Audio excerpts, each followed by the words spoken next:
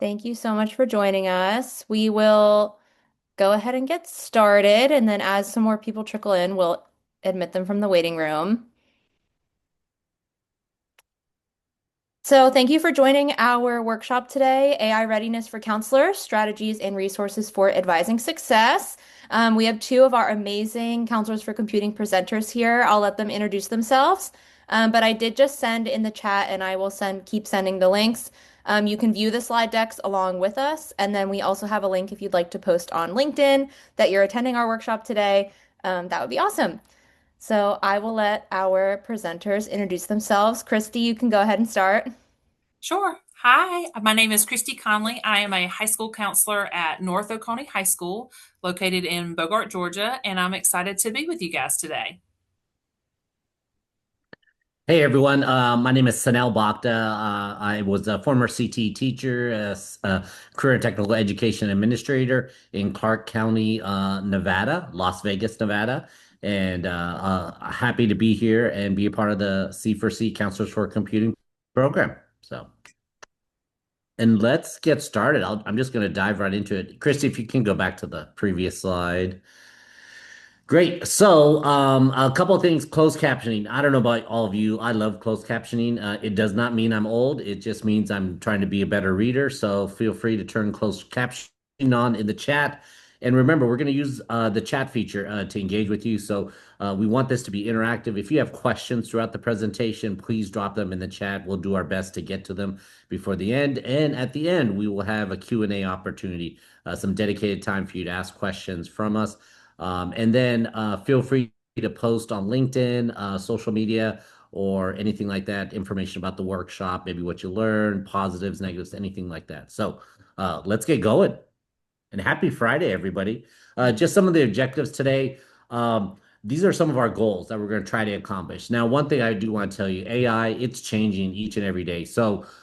Even though these are our objectives, please keep in mind that, AI, at the rate it's changing, what we say today, it may not be true tomorrow.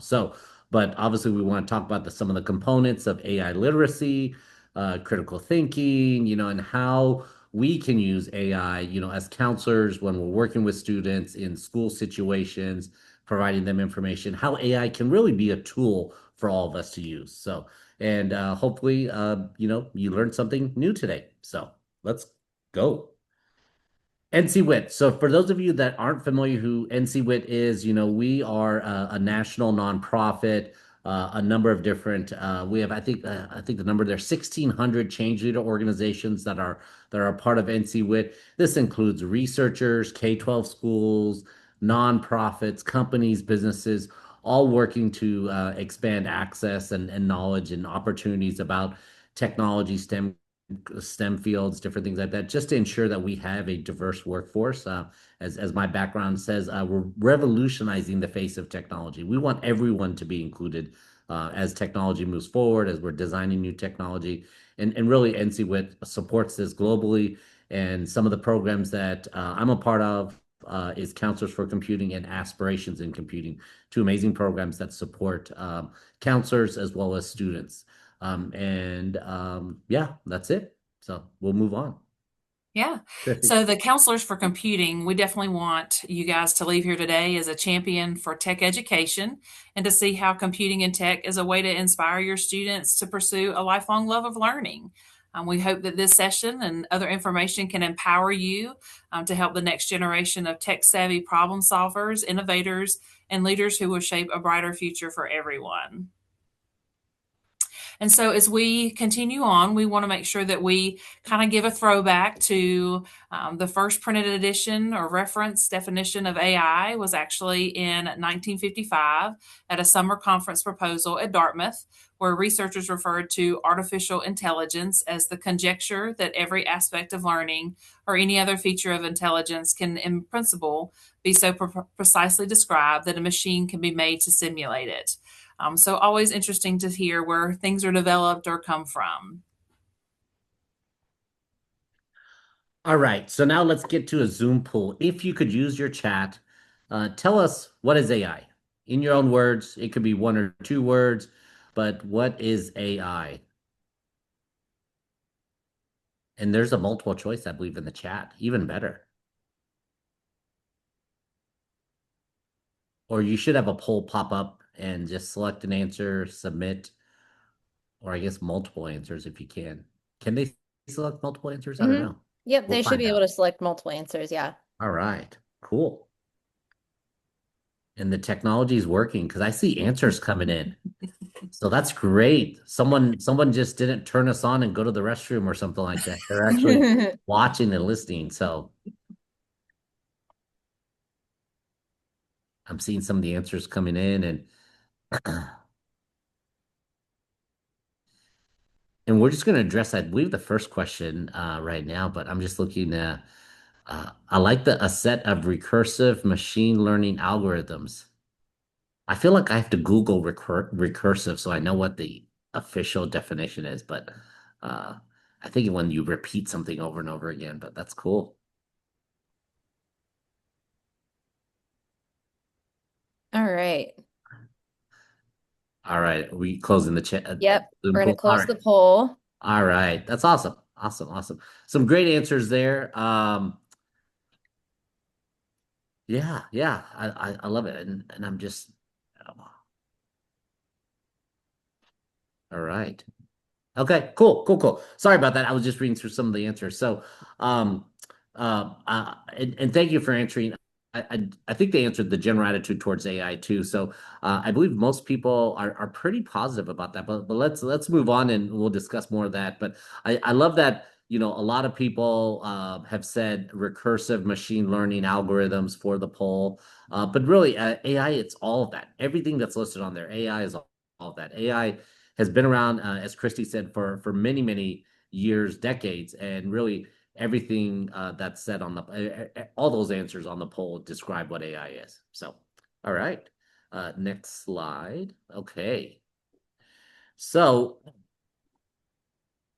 AI official definition. It's a system. It's a machine that operates and learns, and it's really a tool that's to be utilized by all of us. And I really like the fact that, especially, you know, our students today are using AI on a daily basis, whether we like it or not. And I think we all, to some degree, use AI. But I think what we need to do is we need to look at is, you know, where are our students using AI and how can we best support them? So, if you could type in the chat that last question, where do your students already encounter these tools? Now, think about like for us, like I use AI. If you have Google, if you have an Amazon Alexa at home, if you use Siri on your phone, I mean, those are very basic, rudimentary AI tools. But where do we think our students are encountering these tools, especially in an education setting or an academic setting? Just feel free to type in the chat if you have any responses or any thoughts on where your students using these tools. You know, uh, phones, Google Translate. Oh, I love that Google Translate.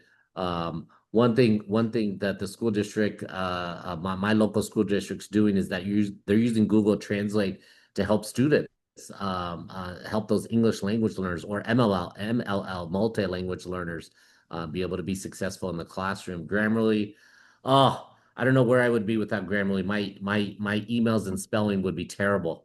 Um, they would be like, why is this second grader responding to my email? But Grammarly helps me be an adult. So I love it. So robotics teams use ChatGPT, phones, computers, Magic School. That's great. Some great responses there. So well, one thing I want to highlight is that there's no one answer. There's no one way students are using AI. They're thinking of different ways to use AI. If you haven't already encountered it, but there's a commercial on TV that talks about ChatGPT and a student uploading 3 documents and taking a picture of their notes and it creating a study guide for the student.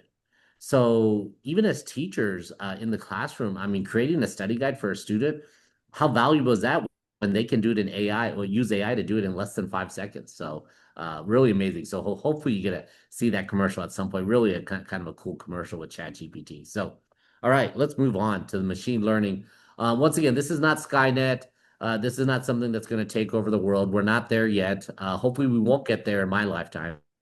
but really, it's software. It's looking for patterns, looking for similarities, and really, AI uses that information to create those responses, right? So just like how we use different tools to help us, students are using those tools to help them in education. So, and that's really what machine learning is. It's learning from the tools that we use, and that's what AI is doing. So, all right, next slide. So how do they learn, right? Well, it's the information we give it to them. We give to them. It's that data, right? So that is probably the biggest challenge in education is the data, the information out there. Because right now, many AI tools are using information that's all over the internet, all over the web, right?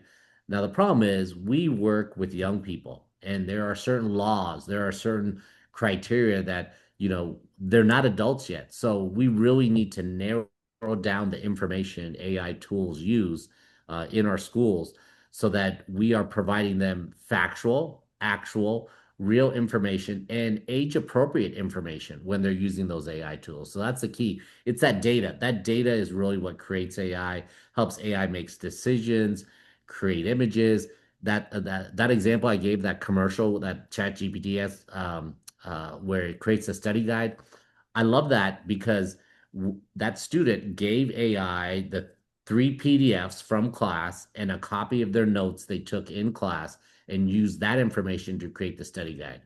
Okay. As opposed to a student writing in an AI prompt saying, hey, please create a study guide for this topic or this lesson, where AI would search everything as opposed to using a smaller set of data and information, which is how we should be using AI in education. Because obviously, with students, there's a number of laws, FERPA laws, different things like that. We want them to use correct, valuable, factual information when they're using AI. So, all right, next slide.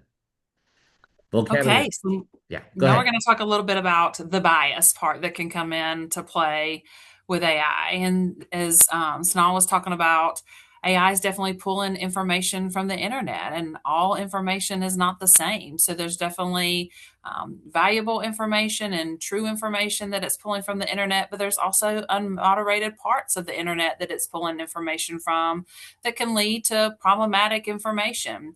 So we want to make sure that we're cautioning ourselves when we're using AI, as well as our students and other individuals that we're working with, that they need to be thinking through that bias piece of that not everyone's treated the same. People, places, and things are not always accurately depicted. And so one such example is a study out of Germany that showed that generative AI chatbots advise women to ask for significantly lower salaries than men with identical profiles. And so that pattern of detection can exacerbate exclusionary outcomes for marginalized groups in regards to housing, credit, employment, thinking about college lists for students. There's just a lot of ways that bias can creep in when you're working with AI.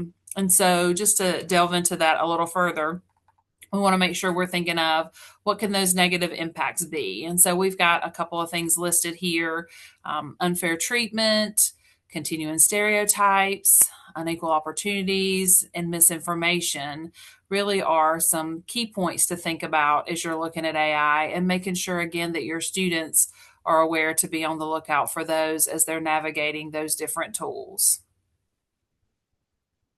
And then an example of this as well is that a lot of times you may see different commercials or ads based on other information you've put in. And it's always interesting to see what those look like. For example, there were some conversation about Facebook targeting tech jobs postings for men rather than women.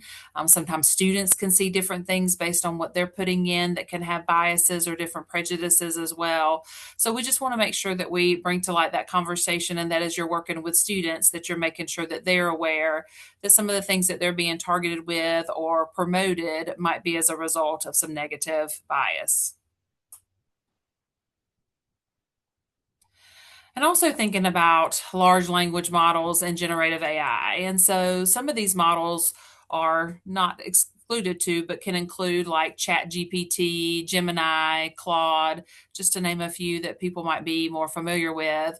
these are trained on vast amounts of text and code and can generate human-like responses.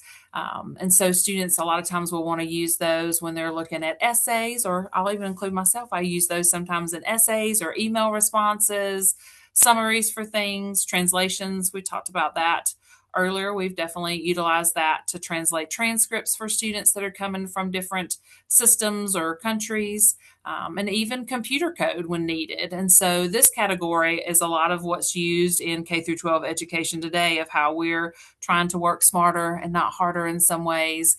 AI has definitely jumped in and been a resource for us in K through 12, but we also want to be very thoughtful about that. And so generative AI is a broad category of AI that creates content, while LLMs generate a specific type of generative AI that creates text-based content. And so as you think of it, you want to make sure that LLMs are a form of generative AI, but not all generative AI is an LLM. And so they can create hallucinogens or hallucinate things. So this is why we as humans want to make sure that we're really being critical when we're using AI and recognizing what can be a fact and what can be misrepresented sources. And so you're going to hear us talk a lot about keeping humans in the loop and being trained in that literacy coming up, is because we want to make sure that we're being critical and being very knowledgeable when we're looking at AI, to make sure that we're using facts and not things that AI has created. So we're going to do an example. We want to see if you can tell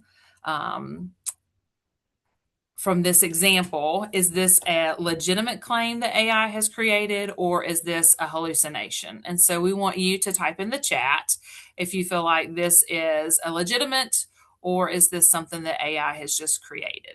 So if you'll take a moment and put your response in the chat, we'll see who has AI critical thinking skills.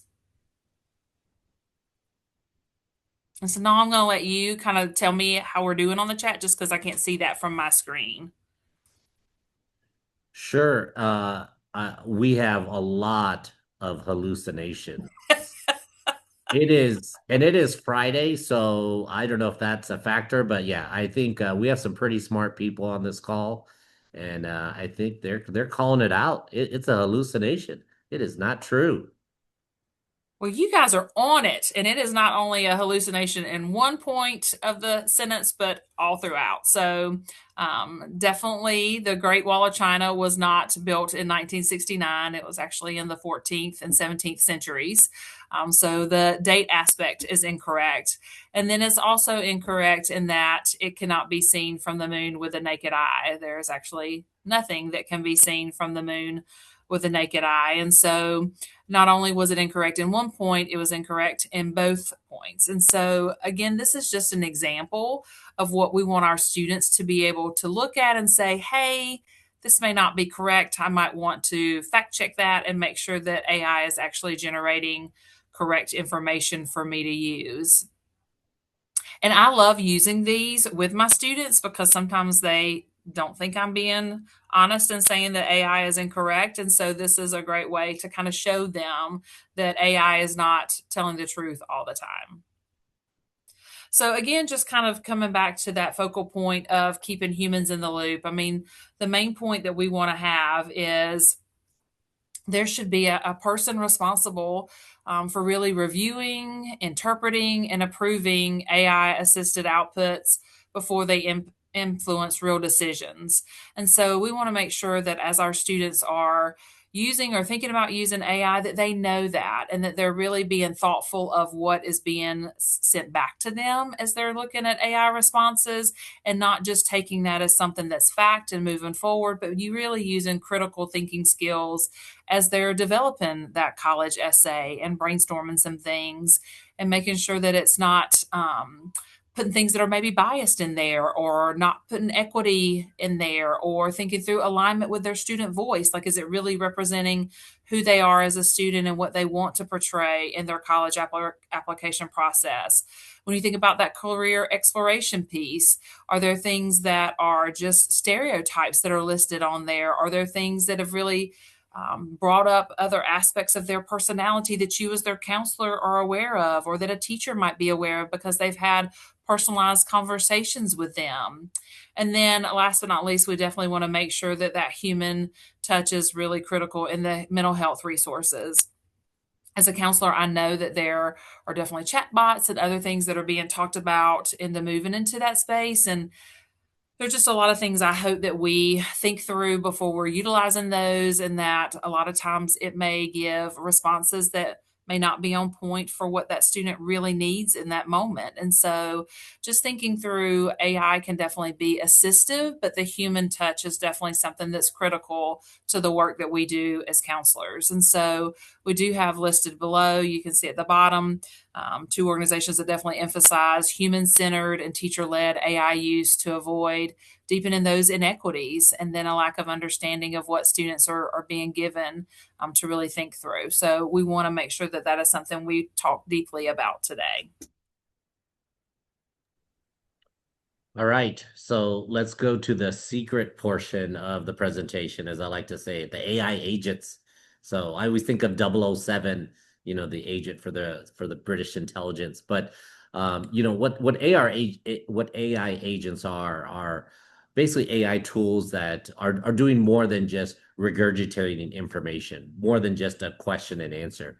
They're actually you're giving them information, data to really think on their own, to create something, to plan something. One example could be where, hey, you're using an AI agent to send out emails to schedule these meetings with all these students, these advising sessions, and it returns back and creates a calendar for you, right? So it's really that next evolution of AI, those AI agents that are emerging out there. And it's really it's really kind of a cool way that we can use AI, but I think you have to have that human factor in.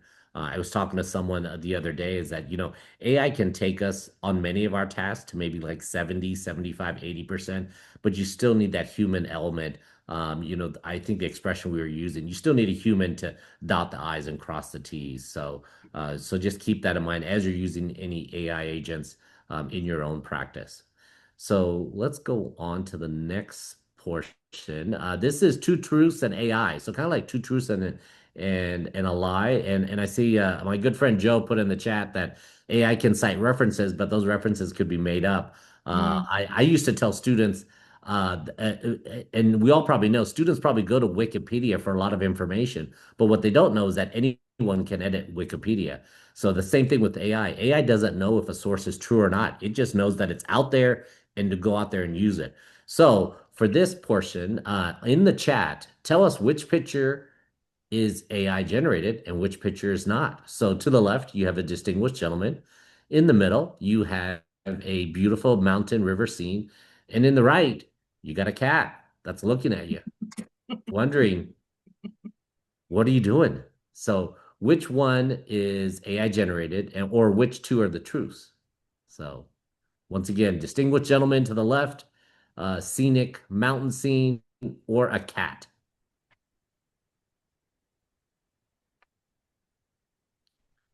So we're getting some answers coming in. The left one, the man, he has six fingers.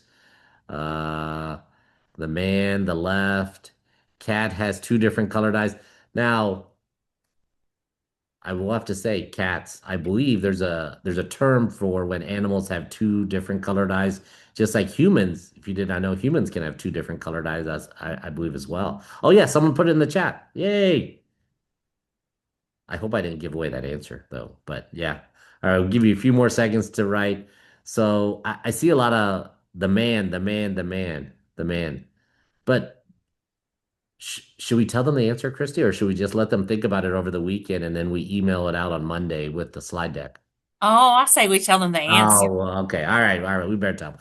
All right. So the two AI generated images, obviously, many of you got the person. We've seen that a lot in the news and media.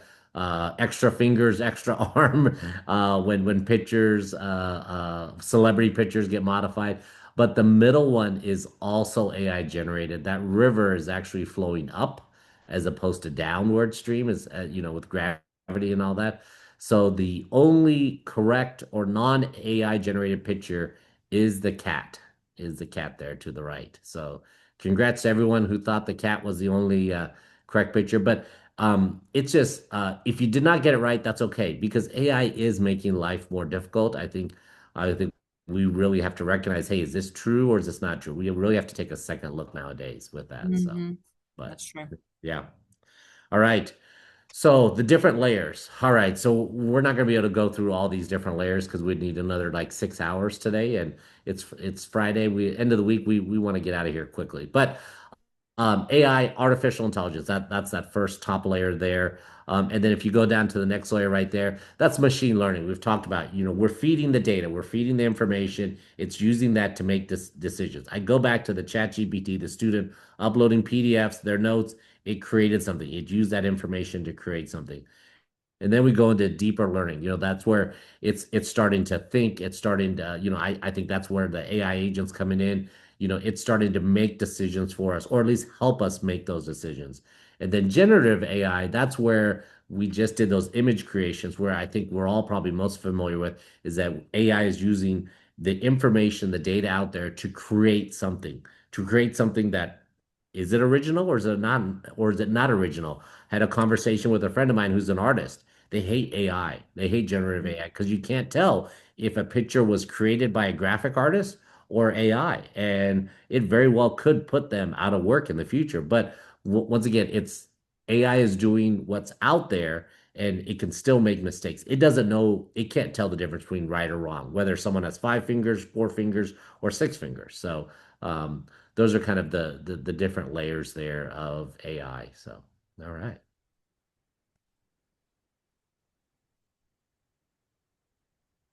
Okay, so this is a busy slide there to the left, but this really just goes through and talks about a lot of the different and hold on one second. I'm trying to talks about some of the different modes that AI is in as far as understanding, evaluating, using, how we use it, how our students may be using, and really, how we become AI literate, right? How, you understanding these different AI tools, how they can be used to either create something or to produce something or to even help us solve a problem.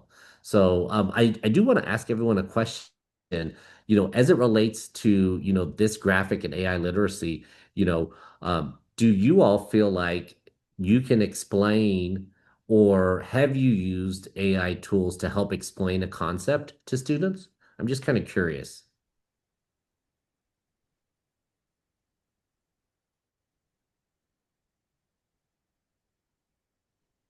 So let me restate that. Have you used an AI tool to explain a concept to a student, or have you encountered where students have used an AI tool to maybe explain something to you?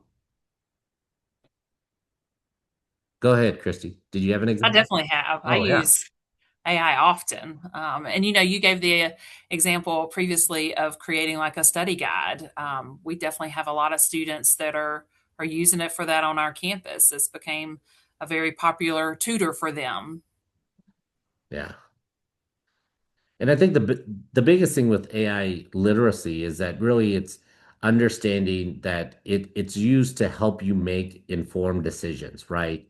To evaluate, maybe the benefits of something, the pros, cons, helping you, maybe get started, being creative, helping you to be, we still have to be a critical thinker as we're using AI, but as we're using it to evaluate something or how we're using it. So, depending upon how we're using it as counselors, whether we're using it to understand something, evaluate, or use something, our students are definitely using it to evaluate and use something.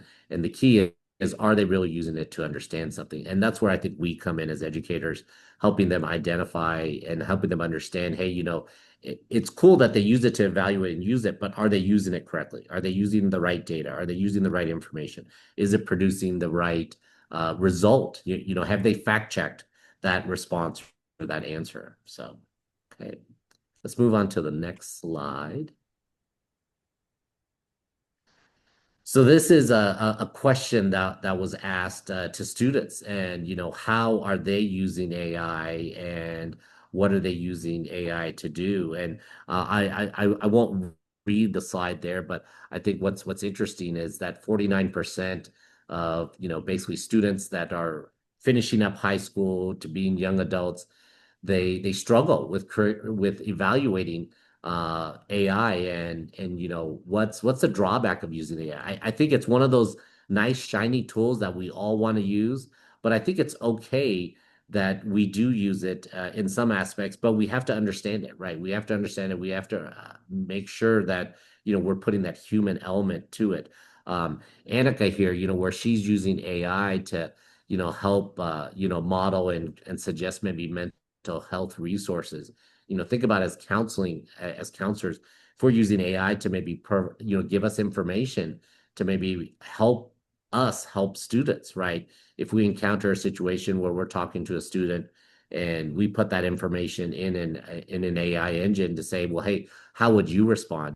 AI may go out there and it may be researching ASCA standards or maybe researching someone's blog out there on how they've handled the situation. So whatever that answer or the response comes back, we have to kind of make the determination, hey, is this an appropriate use or is this an appropriate way to deal with it? But really like, these two responses that Sophia and Annika, how they're using AI.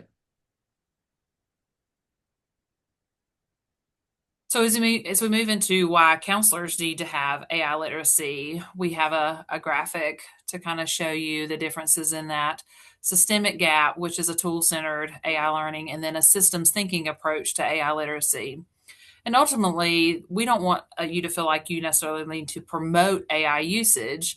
It's just we want to be able to know, we want our students to be able to know how to navigate AI in a literate way. Do they know what the platform is, and do they know how to navigate that with a clear understanding and a critical understanding of what they're using and how it works? Our world is going to be shaped with AI. And so we want our students to be able to navigate that world with a savviness so that they can move through different spaces with an understanding of things and be those critical thinkers that we really want them to be. And so as you think about that, we want to make sure that our students who are absorbing and using AI are really thinking through how is that process started, how is the information generated, and then when it comes to me, how can I think through that in a critical space to where that I am being really educated and sending out actual truthful information rather than things that have just been pulled from different spaces and places that may not accurately depict what I'm wanting it to. And so if we as counselors can't navigate that or have an understanding for that, then our students are probably going to fall behind in some of those aspects as well. And so we really want to promote for school counselors to become as literate as they can in understanding of AI, and thinking through them in that systems approach, so that we can better guide our students. And also, as you know, we've kind of talked through those inequities can definitely widen through AI, and we are wanting to be mindful and aware that we can help close those gaps if we are critical thinkers about the AI usage and the tools and the biases that can creep through. And so we've got some practical tools that we definitely want to showcase to you guys today, that if you want to add those to your toolbox, they are definitely there for you. So here's some practical tips. We know that AI is going to be ever changing. So we've got to be flexible in how we think about AI, but what you see listed here today are definitely some great tools and information that you can use. There's a lot of positive aspects and thoughts for caution that are listed here, just so that you can be aware of some lessons to promote with students, some different snapshots that you can see. We actually plan to use some of those photographs like you saw earlier to test our faculty to see how savvy they are, as well as our students, because I will be honest, they are usually quicker to pick out some questionable AI things before I am. And so definitely want to test them to see if that goes in all areas, or just maybe some that they see more on social media and or maybe more have affinities to. But we want them to be savvy and aware of how AI can definitely be a great tool, but also something that they need to control, and be aware of the information that's coming to them and how they are communicating that out to others.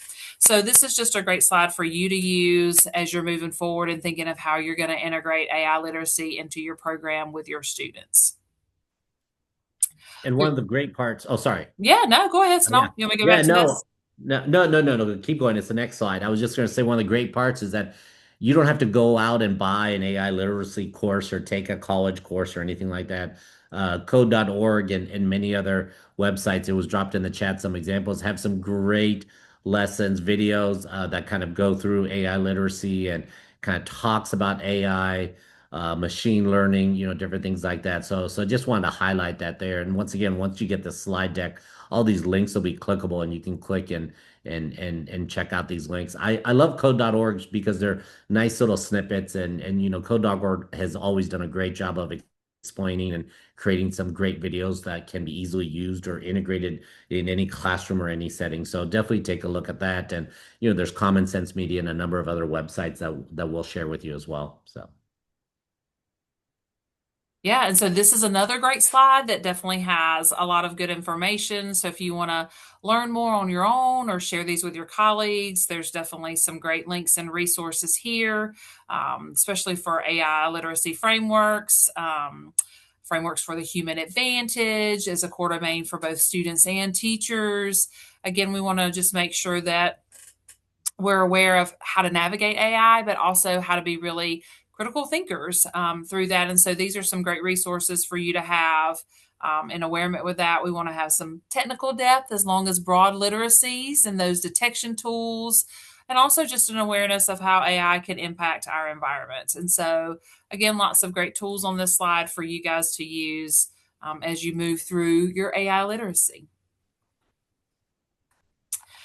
In this part, we definitely want to talk through, particularly from the counseling standpoint, of how AI literacy fits into our counseling standards.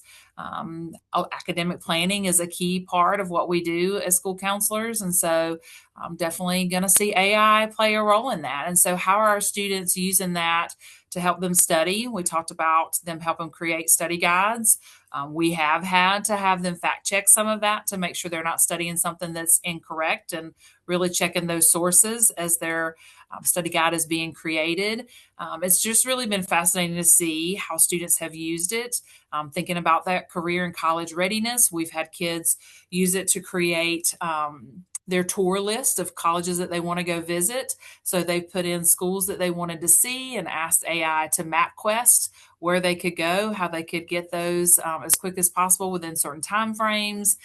They've asked them to create college lists for them so that they can think about maybe schools that they have not considered to be on their list. Maybe they were undershooting or overshooting. And so it's been interesting to see AI, if it has matched that bias that the students sometimes can have, or if it has opened some doors for them. And I've seen a little bit of both. And that's also where that human conversation definitely has to take place. But definitely a lot of ways that AI can be used in that career and college readiness. Again, that also ties to our ASCA standards. And so that social and emotional support, we definitely see AI with that as well. Again, lots of conversations surrounding that, needing to think through privacy, mental health app, critical evaluations, and some of those limitations there. I did want to mention we also have had some conversations in regards to that privacy piece of if you are using AI to record meetings and conversations that you're having with students and families, and thinking of how you're using that and where is that privacy going in regards to diagnoses or personal conversations. So again, just lots of awareness that we want counselors to have in regards to that AI literacy and how that does tie into our ASCA standards. And then just really honing in a little more on those equity concerns that counselors naturally think about often. And so in that AI space, it doesn't need to look any different. So are we contributing to some divides or more biases, or are we definitely raising concerns and calling out some of the things that we're seeing? I'll definitely touch a little more on the access piece. I am in a current rural community, so access sometimes to connectivity, just to Wi-Fi itself, can be a challenge.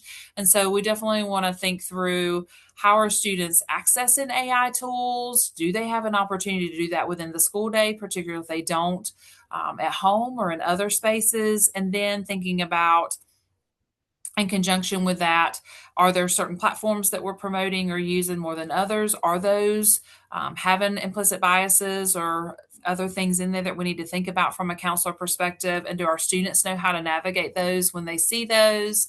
In regards to designs, are we advocating for relevant AI implementation for all students' needs, based on different diagnoses that students might have, different life experiences? So just thinking through the designs of AI products that we're seeing, and then those active experiences that a lot of students are definitely searching for with AI. And so, how are we helping students be creative and not restrictive, or restricted in areas that we need to? And so, just thinking through those equity pieces that as counselors, we are often having those conversations. How are we embedding AI usage into those? Yeah, and one way that I think it is and I say one way. I think one thing. Oh, Joanne, do you want to go? You can finish your thought. Oh, no. Okay. So one way that I think we can easily share kind of some of the things as it relates to AI literacy is this poster, AI Detectives, right? So it's quick, it's easy, and you can print it out, put it on your door, inside your door, have it there on your wall. But it's just a great resource to kind of get students to start thinking about AI, and when they use it, what are some questions they should be asking? What is something that they should fact check or be looking for to ensure that this is good information for them to use this when they're working on an assignment, working on a project or something like that. So I love this tool. Take out your phones, snap that QR code, get access to these AI detectives. There's a student guide there, a fact checking printable handout that you can get, as well as additional counseling resources. So just wanted to highlight that this is something that NCWIT has created using all their researchers, and what's currently out there and what's going to be the best way to kind of detect, hey, is this good information AI is providing me, or is this information that maybe I should get kind of my hands into? Maybe I should, kind of update it or really put that more human touch to it. Like I said before, AI can sometimes get us 75% of the way, which is great, but we have to bring it home, right? Just like for students can't just use AI to create something because they're going to take the shortcut, right? We all know students are going to take the shortcut, and we really need to tell them, hey, you can use it, but you really need to still understand the information and take it that final leg. So just wanted to highlight this resource out there for all of us to access today. And thanks, Sinal. I wanted to jump in. Hi, everyone. I'm Joanne Esch. I'm one of the researchers at NCWIT and the author of this particular resource. I just wanted to say a thing or two about why I created this one and how it relates to AI literacy, although Sinal, you did a great job of summing it up. I just want to underscore a point which I made in the chat, but that AI literacy is not just about knowing how to use AI in better and worse ways, but it's about being able to navigate an information landscape that is fundamentally being transformed. That is how we get information online. Now, in traditional digital and information literacy, the way we've taught students to discern good information or trustworthy information from misinformation and disinformation is to look at contextual clues on the website. Like, let's see, is this website selling me something? Is this a .edu? Is this a peer-reviewed publication? Is this an organization that like, what can I find in other news sources about this? Well, guess what? An AI answer, all of that contextual information is cleaned out. Even when AI is citing its sources, if you really go back and look at the sources, you'll find there's often a discrepancy between what the source says and how AI presents it.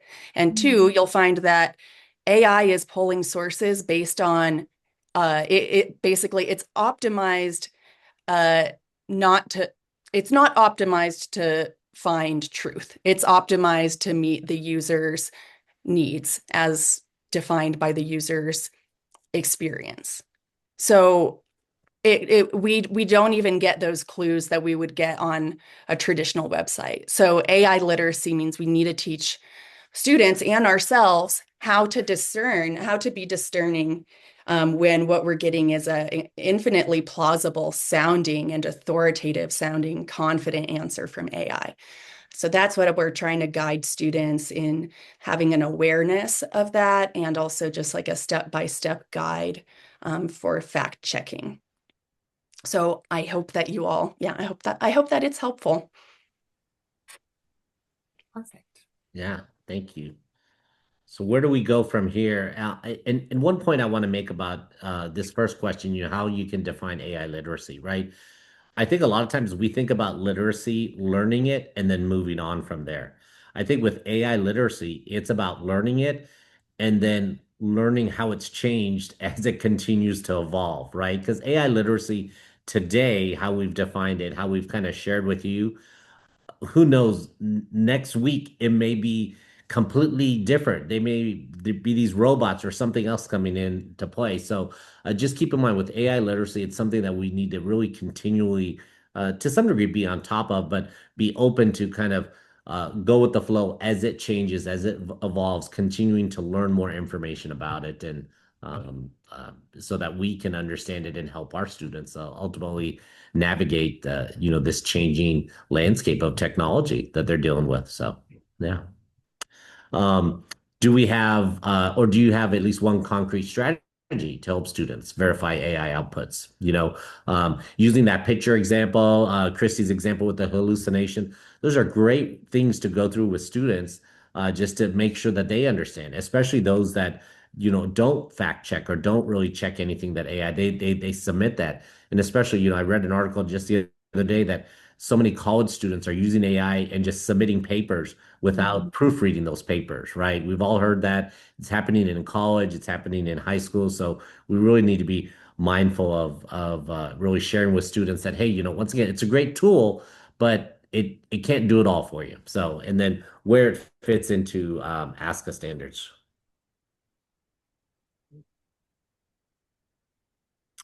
All right, next slide. All right, and so we want to do a quick recap of some of the things we've shared today. And so there's definitely some counseling lessons or conversations there for you to add some AI literacy to what you're already doing with students and families and putting some of those in place. There's a college essay review, or if you're doing some career exploration as a classroom lesson, or just doing some study skills group lessons, incorporating some AI conversation into any or all of those are definitely great ways to promote that AI literacy and for students to become more aware of being critical thinkers, and becoming those detectives that we want them to be. And so there's some definite frameworks there we want you to check out: that Digital Promise of AI Literacy, the UNESCO AI and Education Guidance, and then AI EDU frameworks. Again, those links are great and also provide a lot of great information that you can just use and put in play. So we definitely want to make sure that you have access to those. And then we want to challenge you to think about adding at least one AI literacy question to your conversations with students of, did you use any AI tools to help with this? How did you verify this information? And then what assumptions might this tool be making? And just to kind of give an example of that, we at our high school do have dual enrollment. And so a lot of our students are taking college level courses. And we have definitely started having a lot of conversations of, what do you count as AI assistance? Some of them did not see Grammarly as being AI, and they definitely have found out real quick that it was. And so it's prompted us to help define AI tools for them, and then navigating some of those, when are good ways to use that and when are some smart ways not to use that. So this really has been a great prompt for us in our building as well, of thinking about how do we elevate these conversations with our students so that they are thinking about those, and not just doing things that they know make their lives easier. So definitely something that we wanted to make sure you had access to as part of our presentation today. And I just have to add, the Grammarly comment, Christy, it's like, I think we think suggestions are not AI because Grammarly gave us a suggestion, but that's really AI, right? Right. So Yes. it's interesting is that for the long time, AI's been around a long time, but just because it was giving suggestions versus answers, that's just semantics, right? How we viewed it. But yeah, it's definitely AI, that's for sure. So Yes, they're learning that when their professor is charging them with um, not being ethical and writing their papers. And so that's definitely prompted lots of definite AI conversation in our building. right, right, yep. And then that second question in the Zoom poll, Willow, can you refresh my memory or pop it up again? I just want to make sure we address that. Yeah, let me pull the responses back up. Give me 1 second. Yeah. View And results. yeah. Okay, can you see that on your screen? Yep.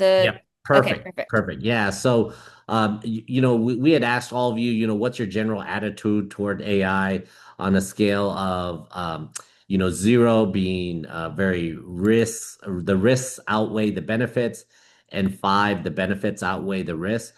So right now, overall, we're probably leaning toward above a 3. So we're kind of right there, teeter-tottering, meaning that we see some value, but we're not like fully bought in. And I think that's where AI literacy, understanding AI, the different levels, the different ways you can use it. I think that's where it comes into play. Because bottom line, AI is not going anywhere, right? It's students going to continue to use it, adults, businesses, we have to embrace it. So I think there are benefits, but we just have to be very careful because we're working with young people, because there's laws in place, and because that the information we may get may not be correct. So we really have to keep that human element into it. So, but yeah. So now we're really to the Q&A portion where we Bef kind of want to open it Before up, we right? start the Yeah. Q&A, Sanal, I just had some questions in the chat just about some logistics. So, we'll be sending everybody an email after the event with all of the links that you saw today in the presentation, as well as a link to download the slide deck, to make a copy. And then I also, while we're doing the Q&A, I just provided a link if you would be so kind as to fill out our evaluation form to give us some feedback. This is a fairly new topic that we're presenting on for Counselors for Computing. So any feedback that we can present, that we can implement into our presentation is super helpful. So that's it. Take it away. Yeah, yeah, and definitely give us that feedback. We talked about a lot, and we know it is a lot, and it's tough to understand all of this in just a short amount of time. And if we could spend days and days going through this, we would still probably not cover everything that AI can do in education. But now's your opportunity. If you want to ask Christy or myself or Joanne any questions about AI, how you're using it or how we should be using it or counseling or anything else like that, feel free to type it in the chat. We'll be happy to address it right now. We did have one question in the chat previously just about how you can work with AI to provide like well-written prompts to share about like how do you get like a good college list that's like inclusive and unbiased, and how do you use that prompt engineering to specifically work with like the college search process? Yeah, so I will speak to my daughter when we used AI to narrow the list of colleges for my daughter. So one thing, I think it's easy for us to write really short sentences in AI, whether you use ChatGPT or whatever AI engine. But what I tried to explain to my daughter is that we need to put more information, like, hey, what do you want in a college? So as opposed to, her uploading, her like initially what she did, she uploaded her transcript into AI, which I did not approve because there's sensitive information on there, but she did upload it and say, hey, which colleges would be best for me to attend, based upon the courses and the grades that she got on her transcript. Keep in mind, do not do this. Do not have your students do that.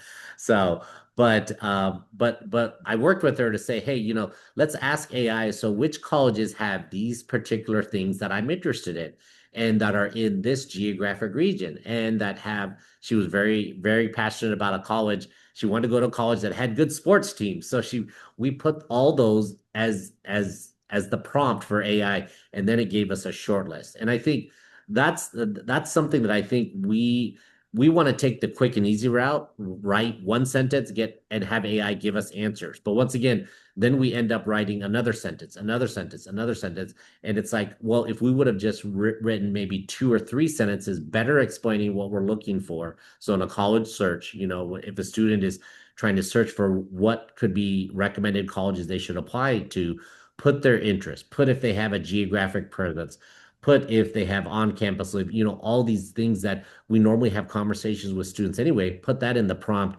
then AI can use that information to produce a better answer.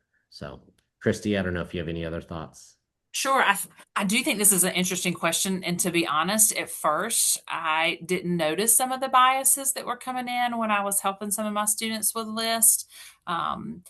It was fascinating. Your AI search engine starts to develop a personality with you, like it figures out your personality as you're working with it. And so it was really interesting to see that it was making assumptions based on when I was generating the list over and over for different students about maybe income. It was making assumptions about certain things. It was making assumptions about certain regions. Again, we're pretty rural in some ways. So a lot of our students may not have wanted to go broadly, but I would have some students that wanted to, and it wouldn't put those schools on their list. And so definitely had me thinking about my prompts and how I was generating some of those lists with students. And so there are definite factors that I do consider putting in there, and do think the prompt is critical in developing a personalized list. And so we definitely do put, I don't put student names in there at all, but I'll list their GPA, certain test scores, maybe school size, regions of the country they might be interested in. Do they need certain financial aid? Are there certain aspects of the community that they're looking for? Are they looking for certain support services or certain extracurricular activities, or to be rural, urban? So I will say my prompt for that list has gotten much lengthier.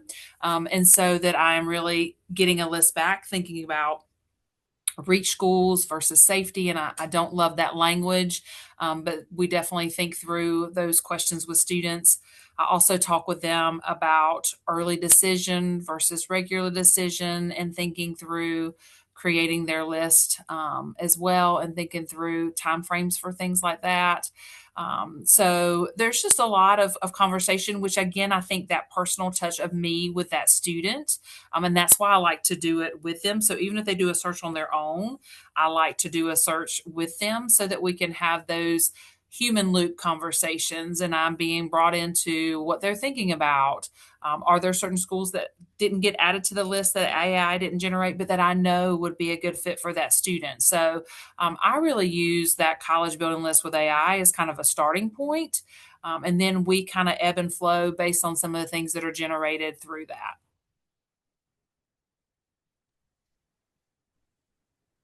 Yeah, and one thing that I want to add is that I hope we all know this, but you can create a new chat within your AI engine, right? And I think a lot of times students will just go from chat to chat, like they'll continue typing in, and they're wondering why is it producing these results. So think about this: if a student always asked AI for math help or math questions, and then it asked what colleges I should attend, well, guess what? AI is going to refer them Yes. to colleges that are heavy in math, even though that student may want to do something more creative. But because all you fed AI was math questions, it's going to direct you to very analytical math colleges to attend or to apply to. So you can always reset the chat, or don't even log in and just do start from fresh, and sometimes and see what that answer is, to kind of double check, hey, is AI giving you good information? So.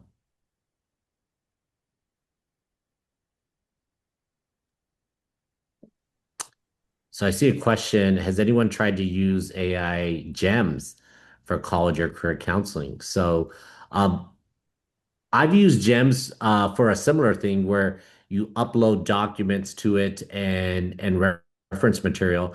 I did see at a recent state ASCA conference where they uploaded the ASCA standards to Gem and used it to help with their evaluation with their supervisor, to ensure that they were meeting all the ASCA standards. So they uploaded all the ASCA standards to Gem, and then some of the activities they had been doing throughout the year, and then use that to create basically an evaluation like, hey, had they met all the standards?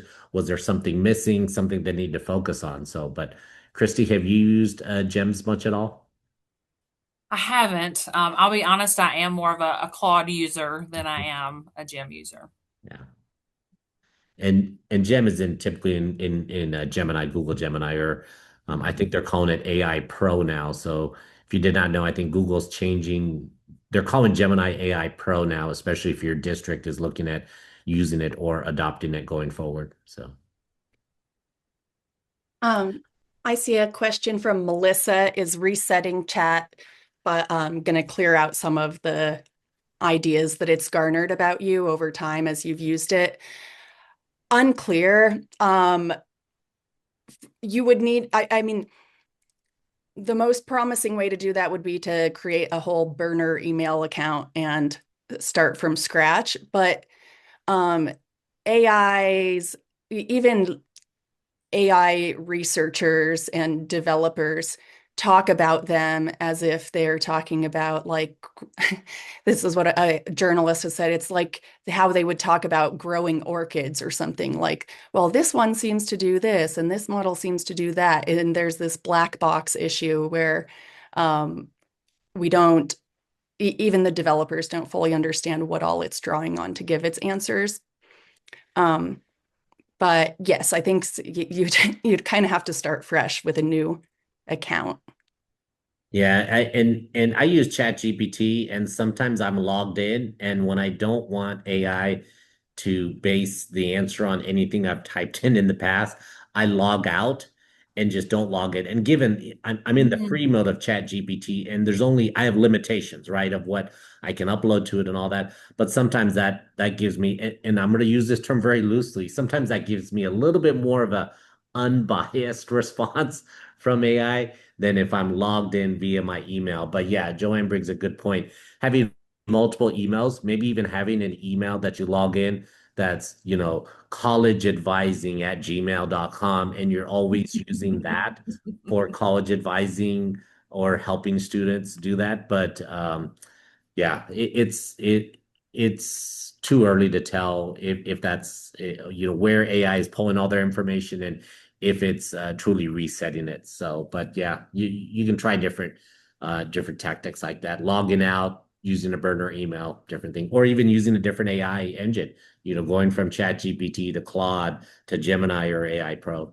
So. And also overall remembering, if you're going for, if you need accuracy, then AI is sometimes 90% accuracy is not acceptable, right? So as far as I said, there's been a couple questions about prompting strategies.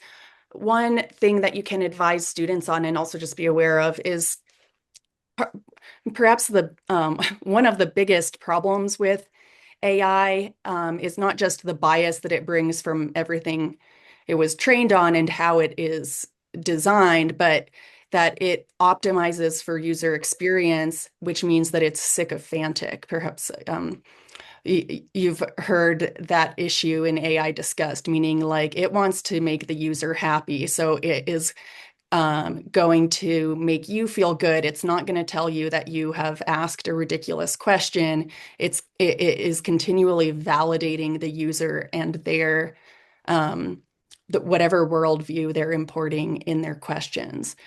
And this is a major risk when we think about just like having a shared reality as a society, is if we're all getting information from a source that is reaffirming the user's existing beliefs and creating answers that will be pleasing to the users. And our young people are especially vulnerable to that, having less experience of being aware of all alternative viewpoints or spotting those kinds of biases, right? Not just like biases of the variety that we've talked about so far, but biases towards what do they call that? Confirmation bias. So one strategy though, and it's not perfect, but when prompting, you can say, please tell me what a critic would say about this, or how would someone argue the other side, or what might be missing, or please, here's an answer from another LLM, critique this for me. And I would encourage students to also do that, is to, tell me what voices or what pieces might be missing from the answer you just gave. Yeah, I want to highlight what Joanne said is that AI wants to give us an answer, right? And for the most part, it wants to give us a good answer, or an answer that we're happy with. So it's not necessarily going to give us an answer we don't want to hear. And I think that's the key, is that it's a very pleasing answer that it wants to give to us, and it sometimes doesn't want to deliver bad news to us. So that's something to keep in mind too. So you could type in some, a student's GPA and information. AI is not going to come back and say the student should not go to college, right? Keep that in mind.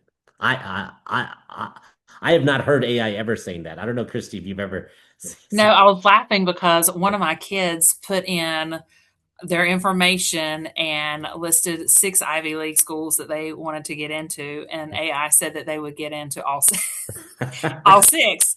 And so we definitely had a chuckle. And again, not to definitely want to support my students. So I wasn't laughing at them. I was just laughing at, some of those schools have a less than 5% admit rate, and you were getting into all 6. So the likelihood of that itself is pretty amazing. But we just talked too about so many pieces go into that. With a holistic review, there is that human component to admissions that it's hard for AI to navigate, particularly the more selective the school, the more holistic some of their review of a file would be.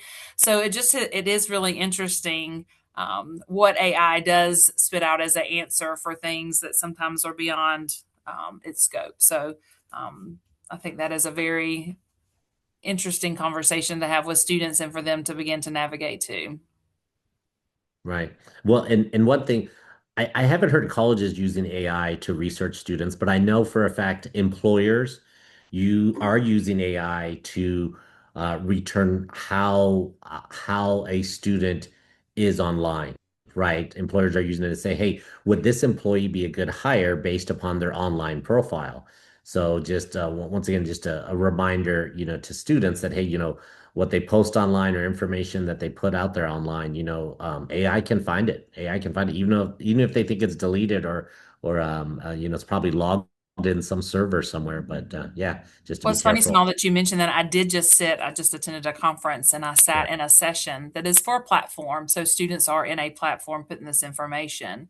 But colleges are using that what the student puts in, how much they're engaging with Mm, certain aspects of that platform, such as like the roommate, inquiring about roommate situations, inquiring about financial aid. They are using AI to kind of track that, how engaged the student is, and determining how engaged that student is with their school, of whether or not to render decisions in certain ways of, would that be a student that would accept their offer? Is that student that not really interested? So it will be interesting to see how AI is utilized more in academic spaces as well as businesses and jobs. yeah. Yeah. Very true, very true. And I know we're a little bit past the hour, but maybe we can go to the next slide. And I don't know if there's any other questions, but just want to continue the conversation, keep the conversation going. Make sure you fill out that evaluation. Reach out to us. I know someone in the chat asked, what a workshop looks like. Tell us what you think would be beneficial in an AI workshop. If we did a half day workshop, a full day workshop, what are some of the topics you would like to hear in that workshop or us deep dive into? So you can email us there at c4c@ncwit.org. But yeah, let's continue this conversation, because once again, AI literacy, like normal literacy, it's not something we're going to learn and move on from. It's going to be something that we're going to continue to probably touch upon. And as new tools and this technology evolves, we'll probably have an AI literacy 2.0, maybe in a month, a year, who knows when, but we'll probably have a 2.0, 3.0 that we'll be working on in the future as well. But just on behalf of Christy and Willow and Joanne, just want to thank everyone for being with us today. And can I just say a final plug, a final thought, if I may, to leave folks with? You all are likely to have a lot of ed tech companies selling AI products to you as being something that is going to solve many, if not all, of the problems with education. It's going to personalize it. It's going to do all of these amazing things. I'm not saying AI can't do helpful things, but who are the experts on child development, on education, on what students need? You are. Educators are the experts. Ed tech platforms that rely on continually getting profits are not optimized toward the knowledge that you all have as educators and the relationships that you form as students, right? That is what the relationships that you have with your students, that is how students learn and that is how students grow. And AI can't replace that. It's just a tool, folks. It's just a tool.